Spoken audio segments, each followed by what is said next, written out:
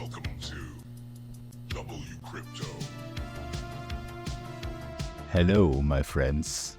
Welcome back to WCrypto. Bitcoin has been ranging around 98,000 today, bouncing from the gray horizontal line at 97.4 thousand. But in the evening, we broke down from that level, and right now the price is sitting at 96.8 thousand. The next key support in my chart is the yellow line at 96,000, followed by the blue horizontal at 95,000. Looking at the heat map, there's about 1 billion in long leverage between 96 and 95,000. Could we see a dip into this zone before ripping back up? Maybe.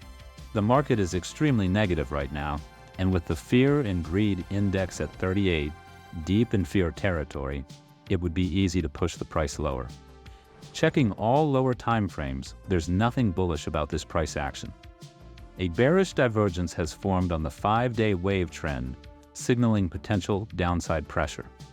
The Bitcoin ETF saw a positive day on the 4th, with total inflows of $340 million. BlackRock led with $249 million, and an interesting note, Grayscale also added $19.5 million to their GBTC holdings. To wrap this up, here's a chart showing the last 10 years of February price action during bull years, 2017, 2021, and now 2025. The upward trend line is still intact, and the red vertical rectangles highlight the massive February pumps in previous cycles. This time, the empty triangle suggests another huge rally could be coming. I'll keep you updated. Join the free Discord for live trades and updates. Click the like button if you got value. Subscribe and hit the bell to stay updated.